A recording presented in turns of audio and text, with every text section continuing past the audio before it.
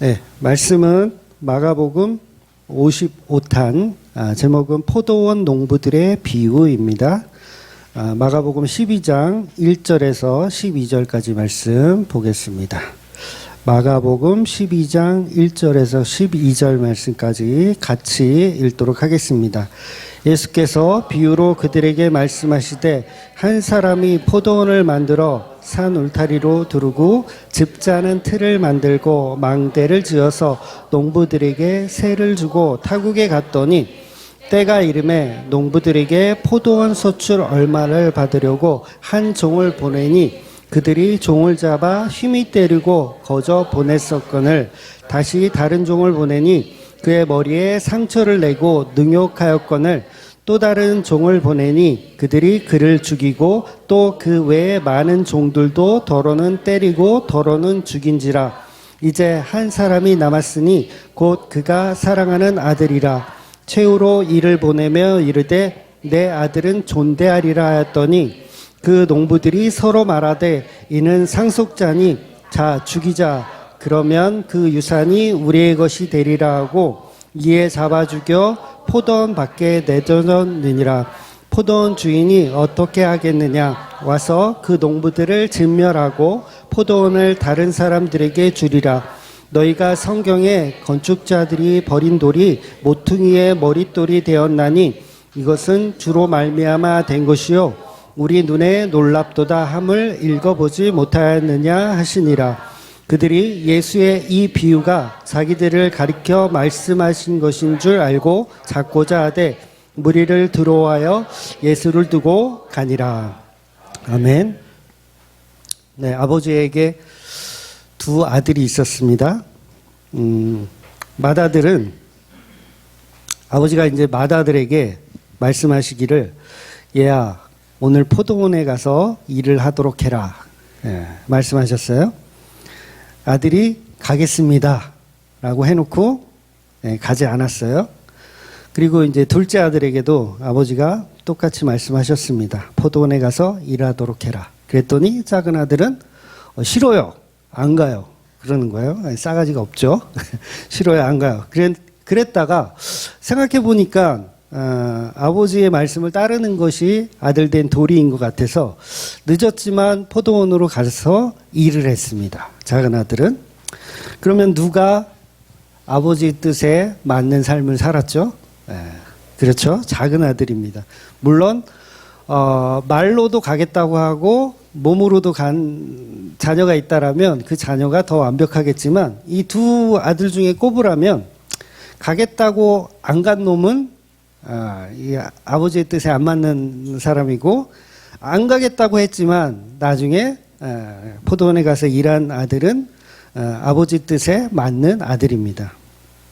지금 말씀드린 이 본문은 말씀드린 내용은 마태복음 21장에 나오는 오늘 본문의 포도원 농부의 비유와 겹쳐져 있는 두 아들의 비유예요.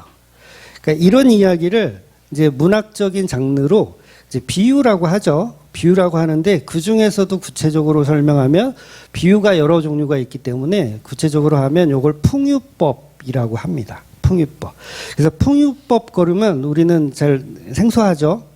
국어 선생님들은 잘 아시겠지만 풍유법 그런 생소해요. 보통 이제 알레고리라는 단어를 아마 들어보셨을 거예요. 그래서 보통 이제 신천지 그 2단 신천지 있잖아요. 신천지에서 설교를 이 알레고리적인 설교를 많이 해요. 그래서 알레고리적인 설교가 무조건 나쁜 설교다라고 우리는 사실 인식을 좀 하고 있거든요. 근데 사실 알레고리적인 설교가 나쁜 것이고 알레고리 설교는 맞는 거예요. 그러니까 무슨 얘기냐면 풍유법으로 설교하는 게 사실은 예수님 스타일입니다. 그러니까 비유로 말씀하신다라고 했을 때 그 비유는 이 비유 자체가 본질이 아니고 이 비유를 통해서 뭔가 다른 진리를 이렇게 설명하려는 것이죠. 그래서 신천지가 사실은 예수님의 설교 방식을 흉내내고 있는 거예요. 그래서 이 맥락이 비슷한 줄 알고 사람들이 거기에 많이 빠지죠. 그래서 예수님은 알레고리 설교를 하시는 거고 신천지는 알레고리적인 설교를 하는 거예요. 그러니까 엄연히 다르죠. 그래서 이 풍유법은 절대로 잘못된 설교가 아니라는 거예요. 그래서 예수님이 우리가 그 마가복음 4장에서도 봤지만 비유가 아니면 말씀하지 않으신다는 표현을 하셨어요. 그 말이 무슨 얘기냐면 이 세상 자체가요 다 비유입니다. 무슨 비유냐면 이제 장차 오게 될 하나님 나라에 대한 비유가 이 세상이에요. 그래서 우리가 태어나서 성장하고 결혼하고 아내를 얻고 자식을 얻고 또 손주를 얻고 할아버지가 되는 거, 그리고 맨 마지막에 이제 죽음을 경험하는 것까지 이 인생 자체가 본질이에요, 본질 아니에요? 이거 본질이 아니에요. 이거는 비유예요. 비유로 우리가 이 땅에 살다가 영원한 영원, 그야말로 시간이 존재하지 않는 그 영원 속에 들어가는 거예요. 그러니까 여기는 뭐예요? 사실 비유의 삶을 우리가 살고 있는 거죠. 그래서 예수님은 우리의 삶이 다 비유이기 때문에 비유가 아니면 말씀하지 않으신다 라고 말씀하셨고, 다만 제자들에게만 그 비유가 무슨 뜻인지를 밝히 알려주신다고 하셨어요. 그래서 풍유법은 본질이 따로 있다라는 거죠. 그래서 오늘 본문의 포도원 농부의 비유도 예수님이 이 풍유법을 이용해서 공회원들 앞에서 설교하시는 내용입니다. 그래서 서론으로 말씀드렸다시피 두 아들의 비유에서 풍자된 인물, 그러니까 풍유법이니까 뭔가 풍자를 했을 거 아니에요? 그러니까 풍자된 인물이 뭐냐라고 했을 때 큰아들이 상징하는 사람들은 누구죠? 바리새인, 서기관, 그 다음에 장로들, 제사장들, 그런 사람들을 의미하는 거예요. 이 사람들은 뭐예요? 주둥이로만 가겠다고 해놓고 안 가는 그런 아들. 그러니까 마음으로는 전혀 하나님을 믿지 않는 거예요. 주둥이로는 하나님 믿고 있는데 마음으로는 하나님 믿고 있지 않은. 그러니까 행위는 그럴듯한데 그 마음은 이미 하나님과 정반대된 삶을 살고 있다라는 거죠. 근데 작은 아들로 풍자된 삶은 누구를 의미할까요? 작은 아들로 풍자된 사람들은 세리와 창녀를 의미합니다. 네, 이건 제가 해석하는 게 아니고요. 예수님이 다 해석을 해 놓으셨어요. 나중에 의심 가시는 분들은 찾아보시면 되세요. 그러니까 세리와 창녀를 의미해요. 그러니까 안 가겠다고 해놓고 생각해 보니까 포도원 가서 일해야 될 것 같아 라고 하고 간 사람들이 누구라고요? 세리와 창녀들을 의미합니다. 그래서 저와 여러분이 오늘 본문의 이 포도원 농부의 비유도 해석하려면 어떻게 돼요? 그 풍자된 인물들이 누구인지를 정확히 알지 못하면요, 헛소리를 하게 돼요. 네, 헛소리라는 얘기는 이 해석을 잘못하게 되거나 아니면 해석 자체를 안 하고 그냥 문자 그대로 믿어버리는 경우가 있더라는 거죠. 그러면 바리새인과 창녀, 세리들을 한번 비교해 보자고요. 사회적으로 누가 더 정직하며 칭찬받는 인물이죠? 네, 바리새인들이에요. 당연히 바리새인 제사장들, 서기관들입니다. 이 공회원들. 그러니까 바리새인들은 율법을 잘 지켜요, 안 지켜요? 잘 지키는 사람들이에요. 누가 봐도 정직하며 선한 양심으로 불쌍한 사람들을 잘 도와주는 그런 사람들입니다. 그래서 모든 사람들이 바리새인들을 다 존경해요. 저렇게 훌륭한, 지금으로 치면 우리 훌륭한 우리 목사님, 그러면서 다 좋아합니다. 지금의 한국 교회는요, 우리 바리새인들을 이제 좀 해칠한 무덤이다 라고, 위선자들이다. 우리는 설교를 하도 많이 들어가지고 세뇌가 돼 있어요. 바리새인 그럼 니꼬로 위선자들, 회칠한 무덤 이렇게 생각하는데, 그 당시에 바리새인들은 전혀 그런 이미지 아니었어요. 누구나 다 인정받고 누구나 다 인정하고 누구나 다 저분들은 정말 훌륭한, 그래서 나도 바리새인 되고 싶다라고 할 정도로 존경받는 사람들이었어요. 그래서 율법도 어기지 않았고요, 불쌍한 사람들을 잘 도와줬고요, 선한 양심으로 정말 세련되게 사는 사람들이 바리새인들이었어요. 그런데 예수님은 반대로 바리새인들은 그런 삶이었고, 그럼 둘째 아들을 표현한 그 창녀와 세리는 어떤 사람들이었죠? 완전 개쓰레기들. 개쓰레기들. 그러니까 이런 사람들은 사회로부터 지탄을 받고, 저런 더러운 것들. 그 다음에 세리는 어때요? 막 이 같은 민족이 사람들의 막 돈을 막 뜯어가고 하는 사람들. 그런데 그런 사람들이 작은 아들이라는 거예요. 그러니까 왜냐하면 세리와 창녀들은 안 간다고 해놓고 나중에 자기 잘못을 뉘우치고 돌아간다라는 거죠. 그러면 누가 아버지 뜻에 맞는 삶을 사는 사람들인가라는 질문을 예수님이 하시는 거예요. 즉 예수님이 오늘 포도원 농부에 비유해서 하고 싶은 말은 뭐냐면 절대로 윤리적이며 도덕적인 생활을 잘하라는 말이 아니에요. 바리새인들은 율법을 통해서 윤리적이며 도덕적인 삶을 아주 잘 살고 있었어요. 그래서 지금도 그렇게 결론을 낼 수가 있거든요. 윤리적이며 도덕적인 결론으로 성경을 해석해서 가르치는 교회들이 너무도 많이 있어요. 그러니까 그렇게 되면 그냥 불교나 어떤 유교 사상을 그냥 가르치는 거예요. 그래서 많은 교회들은 이 본문을 어떻게 해석을 하냐면 욕심 부리지 마라. 지금 포도원 농부들이 뭐 때문에 지금 막 종들을 때리고 아들을 잡아 죽이고 해요? 뭐 때문에? 유산을 얻기 위해서. 그러니까 뭐예요? 결론이 어떻게 나와요? 욕심 부리지 마라. 돈에 욕심 부리지 마라. 이렇게 결론을 내면 이걸 뭐라고요? 이거를 유교 사상이라고 하는 거예요. 이거를 불교에서 가리키는 선이라고 하는 거고요. 포도원 주인이 자꾸 종들을 보내 소출의 일부를 받아가려고 이렇게 하는 거예요. 농부들은 주기 싫죠. 농부들은 주기 싫어요. 농부들은 은혜를 모르고 주인의 그 권위에 도전하는. 여러분 한번 생각해 보자고요. 포도원 주인이 다 만들어줬어요. 포도원도 만들어주고 집 짜는 틀까지 만들어줘. 거기다가 망대까지 지어서 농사만 지으면 돼. 그러면 이 농부들은 그동안 직업도 없이 이렇게 있다가 이제 일거리가 생겼고 이제 먹고 살 수 있게 해주셨어요.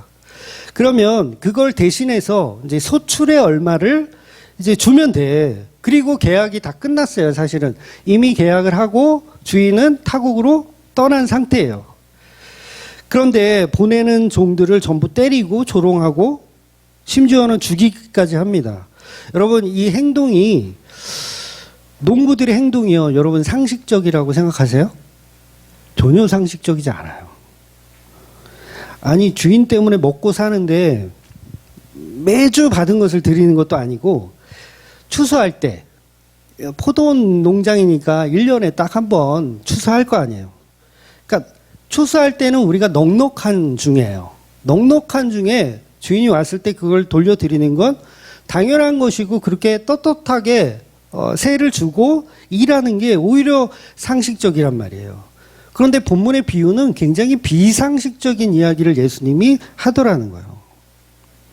왜 종들을 때리고 죽이기까지 하는가? 그런데 농부들의 이 처지를 한번 생각해 보면 아 이럴 수도 있겠다라는 생각을 아마 하실 수도 있을 거예요. 왜냐하면 포도원을 처음 만들고요. 열매가 바로 열리는 게 아니에요.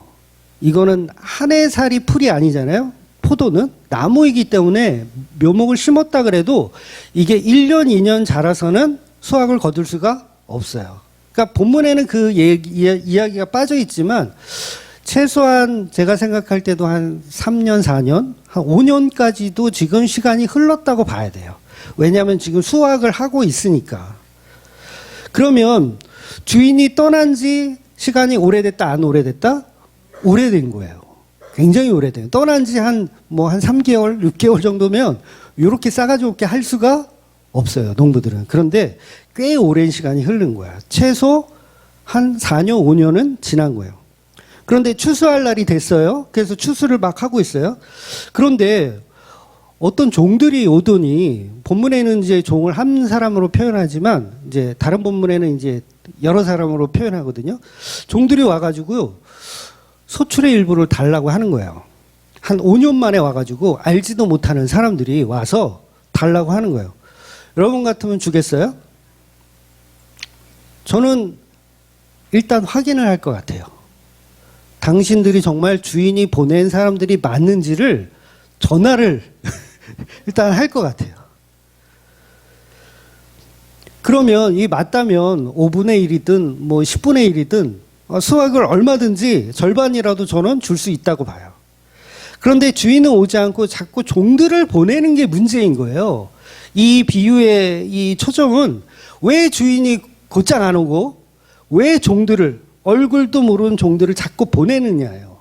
그러니까 하나님은 늘 이런 식이거든요. 선지자들을 먼저 보내요. 근데 선지자들이 어때요? 그지 같죠. 그지 발사계 같은 사람들이에요. 선지자들이. 다 보세요. 다 떵떵거리며 훌륭한 사람도 있었나요? 선지자가? 다 그지 같아요.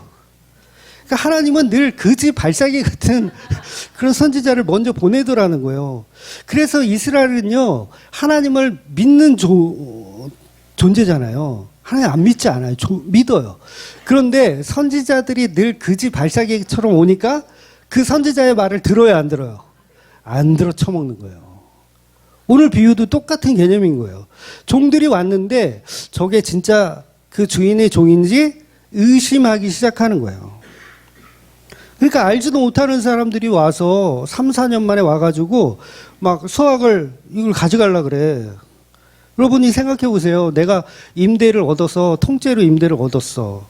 그리고 한 4년, 5년 일했는데 갑자기 자기가 집 주인이라면서 집 주인의 심부름으로 왔다면서 월세를 몇 천만 원을 달라고 하는 거예요. 확인해 봐야 되잖아요. 정말 맞는지. 덥석 줄 수 있는 사람은 짱구죠. 그 사람은 보이스피싱 당해요. 여러분, 요새는 AI가 하도 발전해가지고요. 목소리도 속이잖아요. 목소리도 속이고 그 영상통화 있죠. 그거 믿으시면 안 돼요. 요새는 딥페이크 기술이라 그래서 영상도 속인다고 하더라고요. 그러니까 제가 여러분이 이제 화상통화로 제가 이제 갑자기 나타나서 집사님 지금 돈이 필요한데 한 1,000만 원만 어떻게 좀 해결해 달라고 이렇게 제가 전화를 걸면 그거는 제가 아니에요. 그건 딥페이크 기술로 만들어낸 보이스 피싱인 거예요. 그러니까 당하면 안 되는 거예요. 그러니까 그 당시 전화가 있어요. 삐삐가 있어요. 뭐가 있어요. 아니 소출을 포도원 이 농부들이 열심히 4년 5년을 수고한 거를 가져가겠다고 하니 일단은 주고 싶지도 않지만 일단 확인도 안 되니까 일단 어떻게 해요? 때려서 보내는 거예요. 때려서 보내면 어떤 상황이 올까요? 주인이 당연히 직접 와야 되죠. 그러니까 이 농부들은 그걸 원했던 거예요. 직접 와라. 진짜라면 줄 수도 있다는 거죠. 그런데 이 주인이 자기가 직접 오면 될 텐데 계속 또 종을 보내는 거예요. 그 다음에 온 종은 좀 괜찮은 종이었으면 좋겠는데 얘도 그지 발사기 같아요. 그러니까 또 어떻게 해요? 또 때려. 계속 오다 보니까 뭐예요? 이제는 조금씩 농부들에게도 욕심이 생기기 시작하는 거예요. 왜냐하면 왜 주인이 오지 않을까? 왜 종들만 보낼까? 혹시 주인에게 무슨 일이 있는 것은 아닐까? 혹시 죽었거나 아니면 타국에서 영원히 못 오게 되는 상황이 벌어지진 않았을까? 이런 생각을 하기 시작하는 거예요.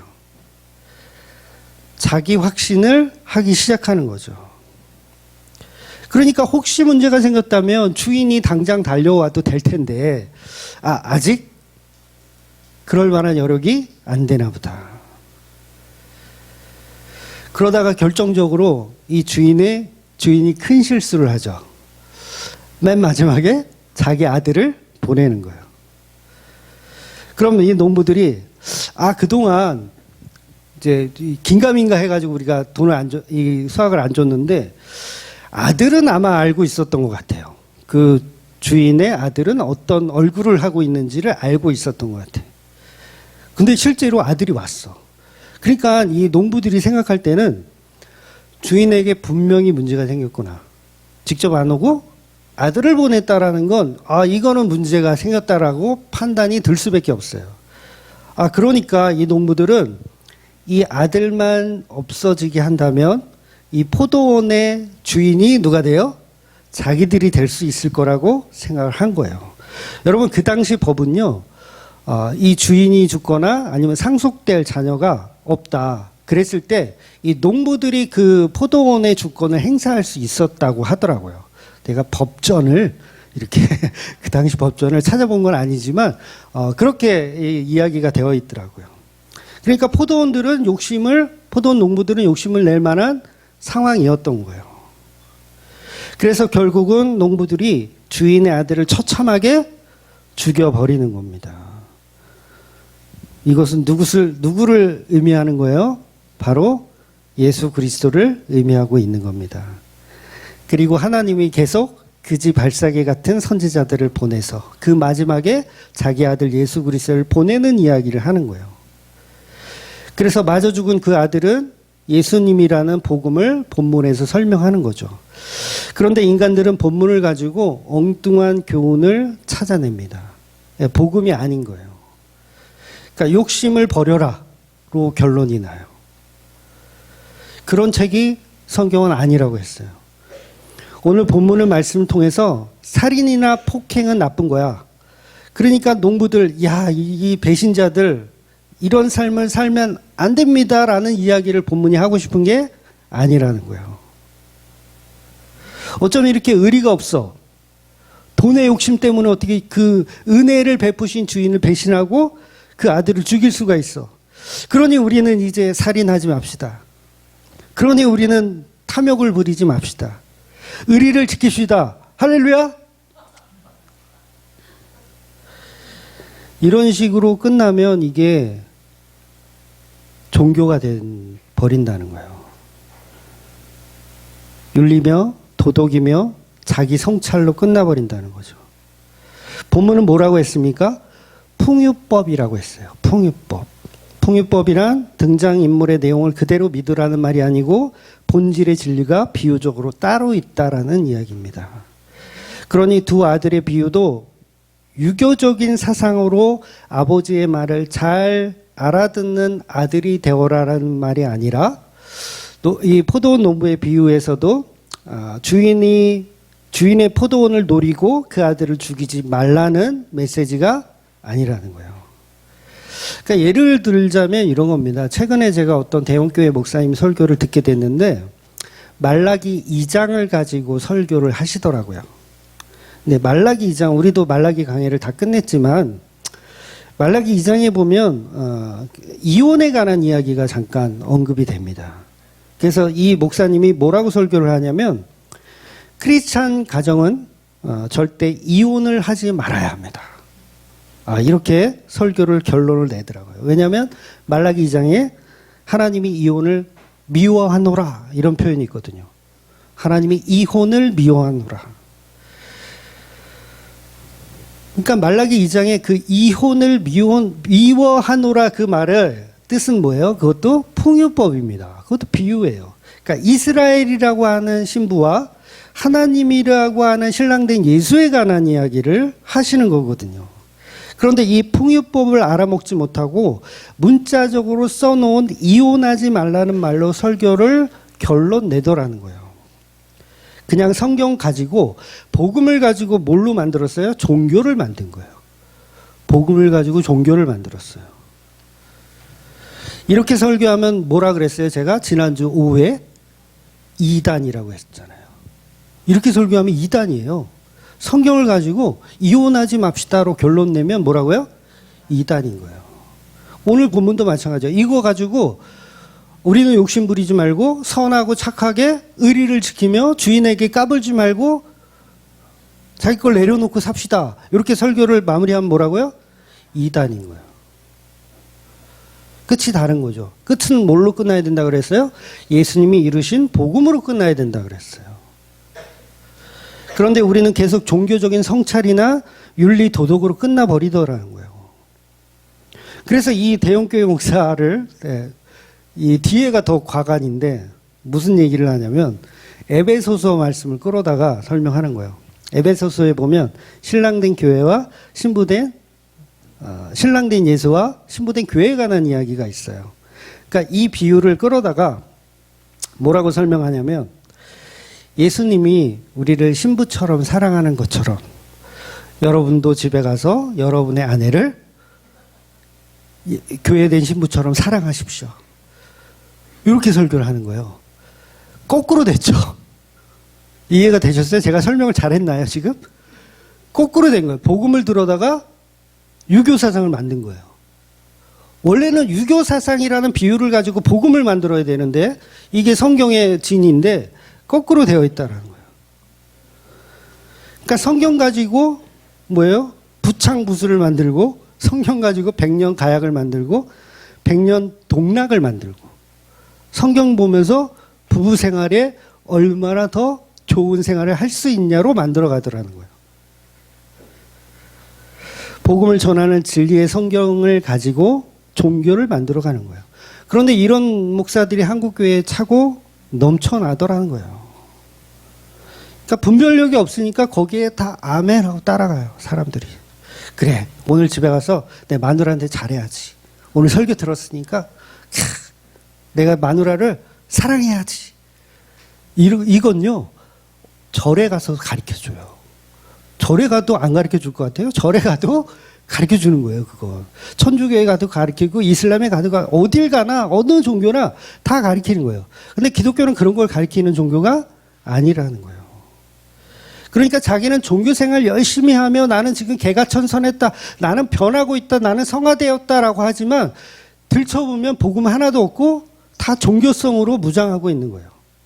그러니까 자기가 황금 송아지를 만들고 있다라는 것도 몰라요. 그러니까 쉽게 말해서 똥인지 된장인지 모르는 거예요. 성경 가지고 이혼하지 말자라는 결론을 내더라는 거예요. 스님도 그런 설교는 한다는 거예요. 복음은 없고 종교와 철학으로 유교 사상만 남아있는 거. 그래서 그런 설교를 하는 곳은 가짜입니다. 가짜인 거예요. 오늘 본문도 마찬가지입니다. 포도원 농부의 비유도 재산에 욕심 부리지 말자가 아니에요. 살인하지 말자 아닙니다. 폭행하지 마라. 이렇게 결론 나면 그게 그냥 종교 생활하는 거예요. 절대 성경은 그렇게 이야기하지 않습니다. 기독교는 그런 유교 사상이나 율법을 배우고 적용하라는 곳이 아니라 복음을 듣는 곳이라는 거예요. 복음. 예수님이 이루신 그 십자가 복음을 듣고 나누는 곳이 교회여야 한다는 거죠. 그래서 오늘 본문은 지난주 말씀과 이어지는 말씀으로 예수님은 자기 권위에 대한 비유로 설명하고 계신 거예요. 그러니까 바리새인들하고 지금 논쟁이 벌어졌잖아요. 그래서 나의 권위가 어디서 오는지 이 비유를 통해서 설명해 주겠다라고 하는 거예요. 그러니까 너희 보고 살인하지 마라, 착하게 살아라 그런 얘기를 하는 게 아니라는 거예요. 내 권위가 어디에서 있는지 그걸 설명해 주신다는 거죠. 그래서 본문의 비유는 예수님 자신이 그 권위를 가진 포도원 주인의 아들이란 얘기를 하는 거예요. 그리고 너희들은 나를 폭행하고 있는 그 포도원 농부들이라는 거죠. 그래서 너희 바리새인들 서기관들이 결국은 무엇 때문에 예수인 나를 죽여요? 그거 차지하고 싶어서. 어디 차지하고 싶어서? 성전. 성전에서 장사하고 있는 이것들을 차지하고 싶어서 나를 어떻게 한다? 죽인다. 십자가에 매달아 죽인다. 그래서 성경이 말하는 죄는요, 네가 내 아들 예수를 죽였잖아. 그거 이야기하는 거예요. 성경에서 말하는 죄. 우리가 지옥을 왜 가는 줄 아세요? 우리가 하나님을 죽였기 때문에 지옥 가는 거예요. 불교에서 말하는 나쁜 짓 많이 해서 지옥 가는 게 아니고요. 우리가 예수를 죽였고 우리가 하나님을 죽였기 때문에 지옥 가는 겁니다. 선악과라는 게 뭐예요? 우리가 하나님을 죽이고 하나님의 자리를 차지하자가 선악과예요. 그러니까 포도원 농부들이 그 아들을 죽인 이후 선악과 먹은 이유와 똑같습니다. 그러니까 우리가 포도원 주인이 되어보자 이거잖아요. 선악과하고 맥락이 똑같아요. 본문에서 아들을 공경하라고 보냈어요. 주인은 내 아들은 공경하겠지. 공경하라고 보냈어요. 그런데 그 아들을 죽여버려요.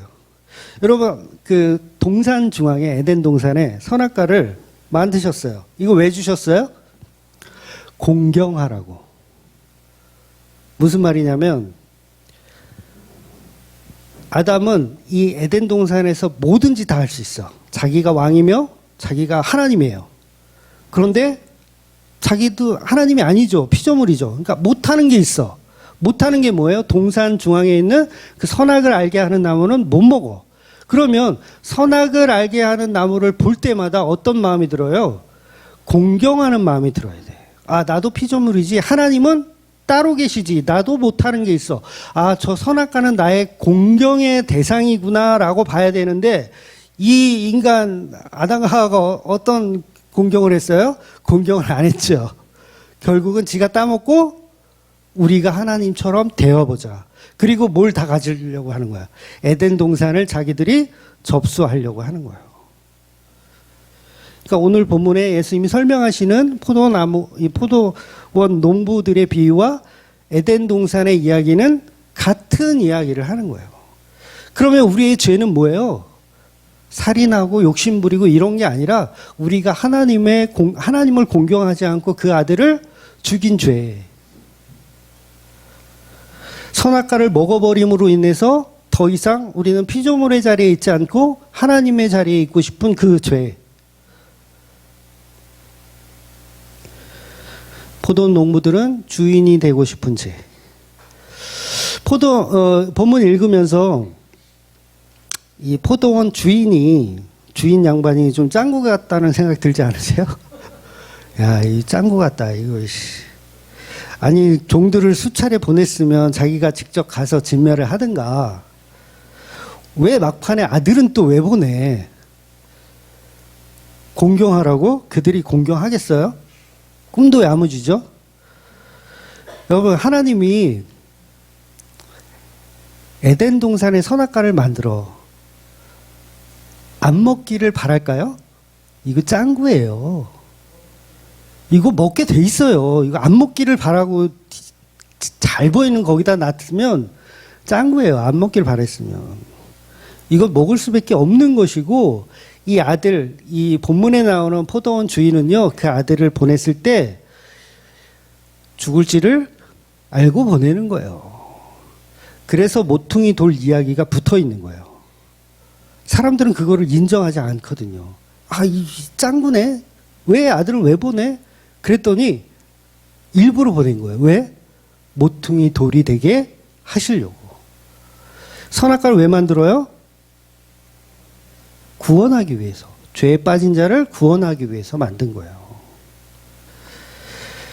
그래서 누가복음으로 보면 본문의 진멸에 관한 설명을 할 때 제자들이 반대를 해요. 무슨 얘기냐면 이런 악한 것들, 지금 포도 농부들 다 악하잖아요. 이것들을 다 진멸해 버려야 하잖아요.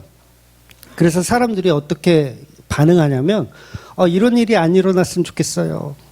일단 아들을 죽였어. 아들을 다 죽였어.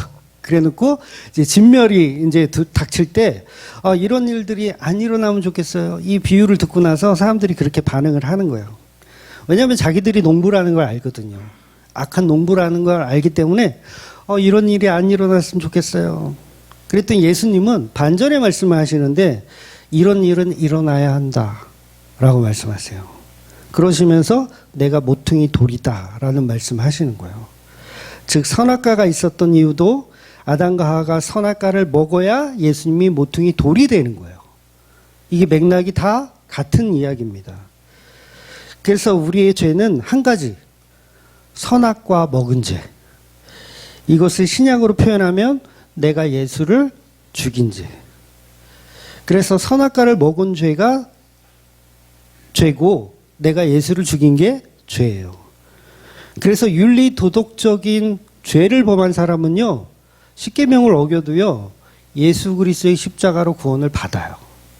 예수를 믿으면. 그런데 뭐는 구원이 없어요? 예수를 안 믿으면 구원이 없어요. 그 말은 선악과를 완성하신 분을 믿지 않으면 그거는 구원이 없는 거예요. 그래서 베드로도 사도행전 4장인가 보면 그런 말을 하거든요. 너희들이 죽인 그 예수가 건축자들이 버린 돌이 되었으니, 이런 표현을 해요. 너희들이 죽인 예수가 건축자들이 버린 돌이 되었으니 다른 이로서는 구원 얻을 만한 이름이 없다. 오직 예수님만 너와 나의 구원자시다.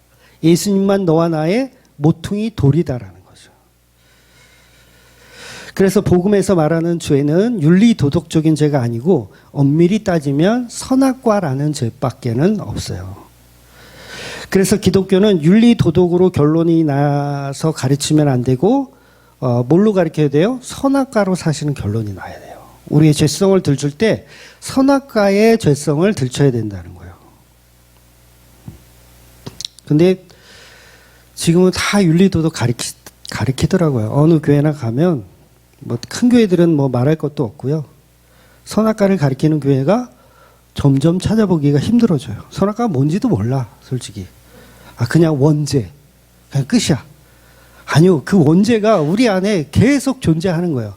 우리는 그래서 계속 날마다 선악과를 처먹고 있고요. 그러니까 이거를 해결할 수 있는 존재를 만나야지 그게 구원인 거예요. 누구를 만날 거예요? 그게 예수님이 이루신 십자가라는 거예요. 그런데 윤리도덕으로 아무리 윤리도덕이라는 게 뭐예요? 나 다시는 선악과 안 먹을게요. 이게 윤리도덕인 거예요. 하나님 말씀에 순종할게요. 욕심 안 부릴게요. 이렇게 결론 내는 거예요.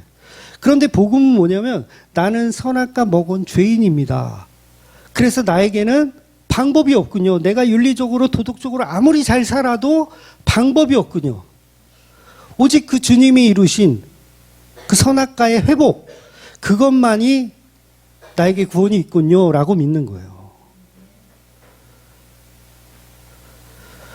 그런데요, 절에 가면 반대로 가르치는 게 아세요? 반대로 가르치는 거 아세요?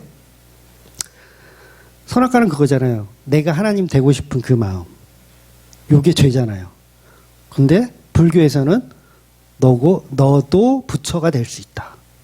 그리고 완전 반대죠. 너도 부처가 될 수 있다. 너도 열반에 들어갈 수 있다.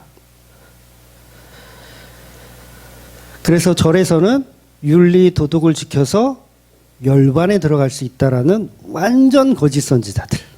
네. 근데 윤리 도덕 소용없습니다. 그거를 안 지키고 마음대로 살라는 얘기가 아니에요. 또 그런 악당들이 가끔 있어요. 그럼 나는 이제 다 헤쳐먹고 다 뇌물 같은 거 다 하고 그런 얘기가 아닙니다. 진짜 선악과의 죄로 예수님이 구속함을 받은 존재는요, 그렇게 살아갈 수가 없어요. 예. 그러니 교회에 앉아서 우리는 늘 선악과를 먹기 때문에 교회에 앉아서 뭐예요? 나는 죄인입니다. 나는 주님 앞에 정말 내세울 것이 하나도 없습니다. 그렇게 가야 돼요. 왜냐하면 우리가 지금 포도원 주인의 아들을 죽였으니까. 죽였으면 어떻게 해요? 하나님 저 이제 포도원 주세요. 제가 죽였잖아요. 이러면 돼요, 안 돼요? 하나님 제가 죽였잖아요. 이제 포도원 주세요. 근데 교회에 앉아서요, 다 주세요 하고 있는 거 아세요? 하나님 내가 예수 믿었으니까 이제 나한테 주세요. 아파트도 주시고요. 건강도 주시고요. 취업도 잘 되게 해주시고요. 다 주세요. 이러고 있어요. 내가 예수를, 그 아들을 죽였다라는 거를 까먹고 있는 거예요? 안 까먹고 있는 거예요? 까먹고 있는 거예요. 새까맣게 까먹고 자기 포도원 달래는 거예요. 내가 5년 동안 일했으니까 포도원 달래는 거예요. 주인이 이 행동을 보면 어떤 마음이 들까요? 야마가 돌겠죠. 그런데 우리가 교회에 앉아서 다 그 짓거리를 하고 있다라니까요. 하나님을 이용해서 복이나 받자 이러고 있는 거예요. 내가 주인의 아들을 죽여놓고 그 주인에게 복을 받자고 하고 있다니까요. 나 농사 잘했죠? 주인님 나 농사 여기 엄청나죠? 지금 열매가 지금 장난 아니에요. 지금 저쪽 농부는 다 쭉정이만 있는데 나는 열매가 이렇게 많아요. 그러니까 뭐예요? 칭찬 좀 해주세요. 근데 본질적으로 뭐야? 내가 그분의 아들을 죽였잖아. 그거는 까먹고 내가 한 거에 대한 보상만 자꾸 달라고 해. 그러니까 교회에 앉아서 목사로서 10년, 저 10년 얼마나 개고생 했어요, 하나님. 이제는 좀, 하나님 좀 도와주세요.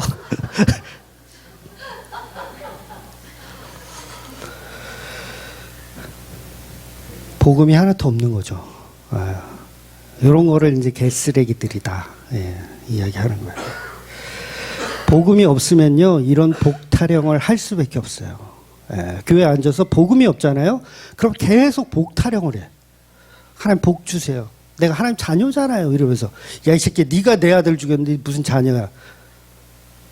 개 같은 너를 끌어다가 지금 죽여도 시원치 않은데 우리는 그걸 모르고 있는 거예요. 그러면서 하나님께, 주인께, 자, 소출을 받아주세요. 내가 이만큼 지금 농사 졌으니까 5분의 1, 10분의 1 드릴 테니 하나님 이거 받아주시고 마음 푸세요.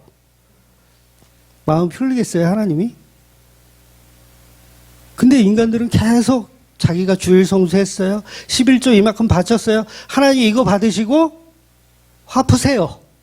이러고 있으니까 이건 복음이 하나도 없는 거예요.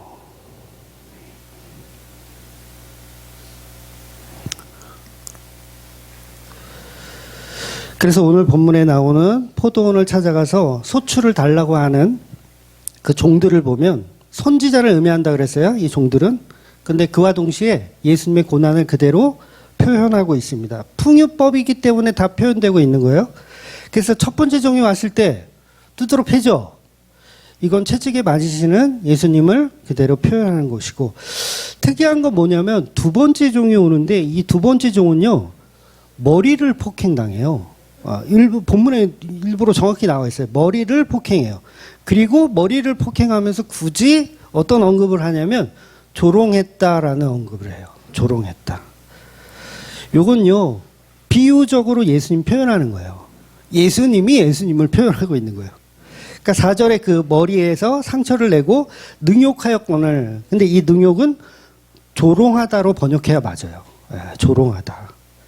그러니까 예수님도 십자가에 달리실 때 왕의 옷을 입히고 자색 옷을 입히고 머리에 가시면류관을 씌우면서 야, 왕이잖아. 너 유대 왕이라며? 그러면 조롱하며 침을 뱉고 뺨을 때리고 이랬어요. 그러니까 지금 이 종도, 주인의 종도 찾아왔다가 뭐예요? 머리를 폭행당하고 조롱당하며 야, 네가 주인의 종이야? 네가 종이야? 이러면서 조롱을 당하고 있는 거예요. 그리고 세 번째 종부터는 실제로 죽이죠. 네, 실제로 죽입니다. 뭐 때문에 이 포도원을 차지하기 위해서 죽이는 거예요. 그래서 예수님도 어떻게 됩니까? 결국은 예루살렘에서 바깥으로 버려져서 십자가에 달려서 죽으시는 거죠. 그러니까 예수님이 지금 본문에서 자기에 관한 일을 미리 십자가에 관한 일을 설명하고 있는 거예요. 그러니까 십자가에 관한 일을 설명하는데 우리가 그걸 복음으로 들어야지 왜 윤리 도덕으로 듣냐는 거예요. 포도원 농부들은 공회원들이기 때문에 예수님을 지금 밖에, 예루살렘 밖에다 버려야 돼요. 안 그러면 지금 성전을 차지할 수가 없으니까. 장사를 못하게 했잖아요. 누가? 하나님의 아들이. 여러분, 이 공회원들은요, 예수님이 하나님의 아들이라는 걸 알아요. 어디서 하냐면 세례 요한의 증언 때문에. 그래서 지난주에 그 말 못했잖아요. 내 권위가 어디서 오느냐? 세례 요한 믿느냐? 그랬더니 못 믿어. 속으로 믿지 말했다가 이게 다 들통이 나니까. 그러니까 뭐야? 하나님의 아들이라는 걸 알지만 지식적으로 아는 거예요. 그분을 믿는다는 게 아니라 알지만 어때요? 그분만 없다면 성전에서 마음껏 장사할 수 있다. 오늘 본문의 포도원 농부들이 같은 맥락의 이야기를 하고 있는 거죠. 그러니까 예수님은 정확히 바리새인들의 지금 상태와 마음의 그 상황을 정확히 알고 비유적으로 설명하고 있는 거예요. 그래서 얼마나 깜짝 놀랐을까. 그래서 정말 죽이려고 해요. 그 자리에서 예수님을. 그런데 그 공회원들은 사실 나이가 좀 많고 싸움을 잘 못하거든요. 근데 예수님 제자들은 젊고 싸움 잘하잖아. 그러니까 함부로 못하는 거야. 그래서 바리새인들은 예수님이 하나님의 아들이라는 사실을 알지만 어떻게 할 수 없는 겁니다. 그래서 9절, 오늘 본문 9절 볼게요. 포도원 주인이 어떻게 하겠느냐? 그 포도원들이 진멸하고 포도원을 다른 사람에게 주리라. 너희가 성경에 건축자들이 버린 돌이 모퉁이 머릿돌이 되었나니 이것은 주로 말미암아 된 것이요. 그러니까 건축자들이 버린 돌이 집 모퉁이의 머릿돌이 되었다라는 말의 뜻은, 그러니까 건축자들이 볼 때 이 돌은 참 쓸모없는 돌이야라고 건축하다 버린 거예요. 건축하다 이 돌은 쓸데가 없어라고 버린 거. 그런데 결국 그 버린 그 모퉁이 돌이 머릿돌이 되었다는 거죠. 그러니까 머릿돌이라는 얘기는 어떤 건물을 지을 때 기초석, 가장 중심이 되는 그런 기초석을 지었다는 거예요. 그러니까 너희들이 지금 내 말을 하찮게 여기고 나를 무시하고 죽이려고 하고 있고 실제로 죽이겠지만 이 예수 그리스도가 머릿돌이 된다는 거. 뭐의 머릿돌? 성전이라고 하는 머릿돌이 된다는 거예요. 그래서 예수님이 성전이시고 그 머릿돌에 그 기초석 위에 서는 사람들, 반석 위에 서는 모든 교회들이 다 뭐가 돼요? 성전이 되는 거예요.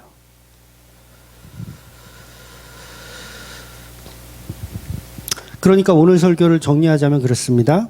저와 여러분은 포도원을 차지하기 위해서 예수님을 죽이는 죄인들, 에덴 동산을 차지하기 위해서 선악과를 따먹는 죄인들.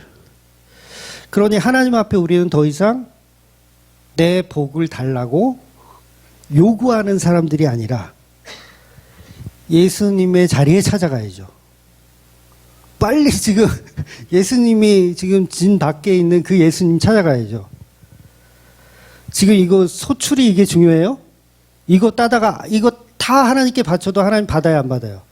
안 받으니까 우리 어디 가야 돼요? 농사고 지랄이고 십자가 앞으로 가는 거예요. 내가 죽인 그분 앞에. 이게 예배입니다. 내가 꾸역꾸역 만든 거 하나님 이거 드세요. 내가 준비했어요. 라고 바치는 게 예배가 아니라 그 십자가 앞으로 뛰어가는 거. 내가 하나님의 아들을 죽였군요. 내가 죄인 중에 개수군요. 라는 거. 그래서 주님 앞에 엎드려 그 십자가 앞에서 예수님이 죽어야 할 그 자리는 내가 죽어야 할 자리임을 고백하는 거. 그것이 믿음이고 그것이 예배입니다. 그런 삶을 사시는 저와 여러분이 되시기를 주의 이름으로 축원드리겠습니다. 네, 기도하겠습니다.